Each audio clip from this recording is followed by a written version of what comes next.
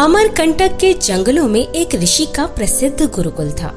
वहाँ आसपास के कई छात्र शिक्षा ग्रहण करने आते थे। एक बार की बात है, वर्षा ऋतु के दौरान आश्रम में छुट्टी की घोषणा कर दी गई। सभी छात्र अपने अपने घरों की ओर प्रस्थान कर गए। उन्हीं छात्रों में दो दोस्त भी थे, नयन और विनय, जो एक ही गांव के थे। उनका गांव आश्रम से दूर था। नयन और विनय साथ साथ अपने गांव की ओर चल दिए। रास्ता लंबा था और अपने गांव पहुंचने से ठीक पहले उन्हें एक लंबी नदी को पार करना होता था। शाम हो चुकी थी।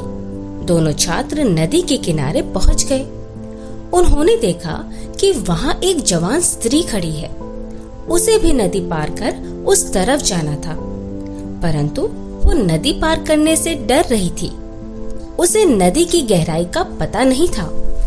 नयन थोड़ा आगे आगे चल रहा था और विनय थोड़ा पीछे था। नयन ने उस स्त्री को देखकर सोचा कि उसे नदी पार कराने में मदद करनी चाहिए। नयन ने सोचा कि क्यों ना उसके हाथ पकड़ नदी पार कराया जाए, परंतु उसे नदी पार कराने के ख्याल मात्र से ही नयन के मन के अंदर दबी वर्षों की इच्छा फिर से जाग उठी। वो सोचने लगा कि उसके ब्रह्मचर्य का क्या होगा, जो ब्रह्मचर्य उसने इतने दिनों से गुरुकुल में रहकर प्राप्त किया, क्या वो उसे क्षण भर में भंग कर देगा। वो इन बातों को सोचकर काफी विचलित होने लगा। ऐसा लगने लगा कि मानो उसका पूरा शरीर बुखार से तप रहा है। वो कांपने लगा। कुछ पल के बाद किसी तरह उसने अपने मन को नियंत्रित किया और सोचा कि भला मुझे क्या मतलब, कोई नदी पार हो या ना हो, किसी की मदद करने के चक्कर में मैं भला अपने कठोर ब्रह्मचर्य को क्यों भंग करूं? क्या मैं अपने वर्षों की शिक्षा और साधना इस लड़की पर व्यर्थ कर दूं? नहीं, मैं ये कभी नहीं कर सकता।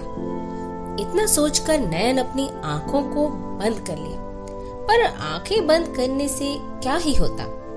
उसे तो बंद आंखों से भी उसी स्त्री का चेहरा सूझ रहा था।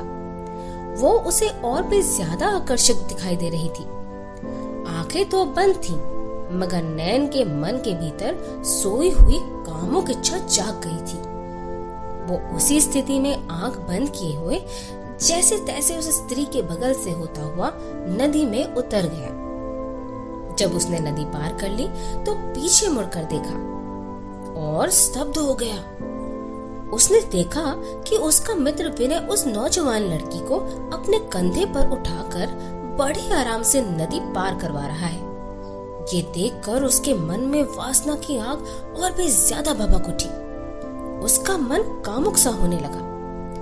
वो फिर से सोचने लगा कि कितना अच्छा होता कि मैं ही उस स्त्री को नदी पार करवा देता।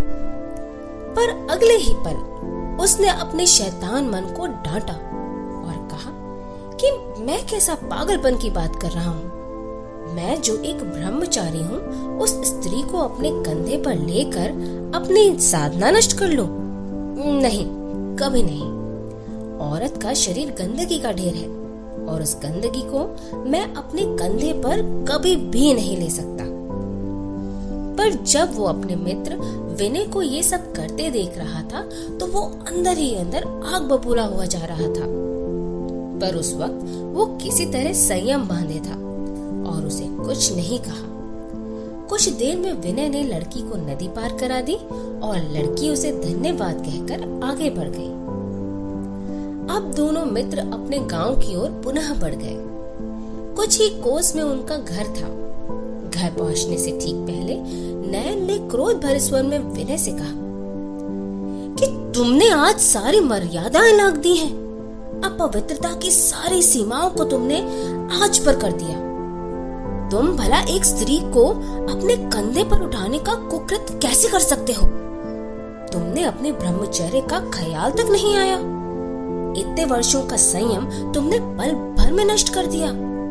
मैं अवश्य अगली बार गुरुकुल पहुंचकर ऋषि महाराज से तुम्हारी शिकायत करूंगा और तुम्हें गुरुकुल से निष्कासित करने को कहूंगा।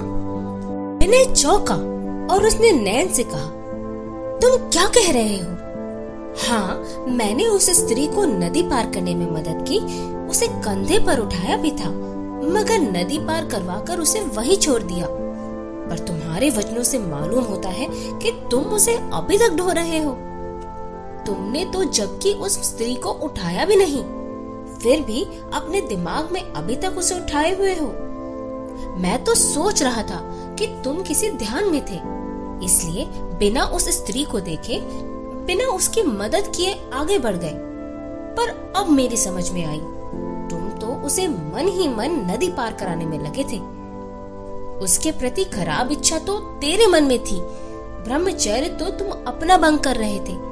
मेरे मन में तो प्राणी के प्रति केवल मदद का भाव था।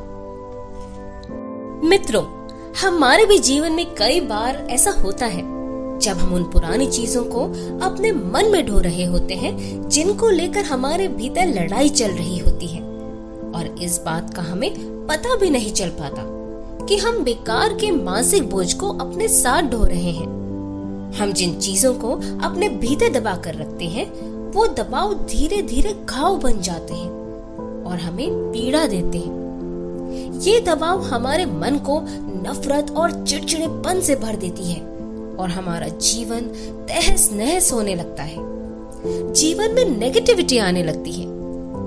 इसलिए अगर जीवन में खुशहाल रहना है तो हमें दमन से बचना चाहिए, क्योंकि अपनी इच्छा को दबा कर रखने वाला इंसान खुद को कभी जान नहीं पाता। वो वहीं ठहर जाता है जहां उसने अपने मन को दबाया है, क्योंकि जैसे ही वो दबाव फूटेगा, वो किसी विस्फोट की भांति उसे तबाह कर देगा। इसलिए खुद के विचारों और भावनाओं को दबाने से बचना चाहिए। खुश रहने का सबसे आसान तरीका है कि हमें वर्तमान में जीना चाहिए। जैसे हैं वैसे ही रहना चाहिए। दूसरों के सामने दिखावा करने के चक्कर में खुद को नहीं दबाना चाहिए। नयन, विनय और स्त्री की ये कहानी हमें यही बात सिखाती है।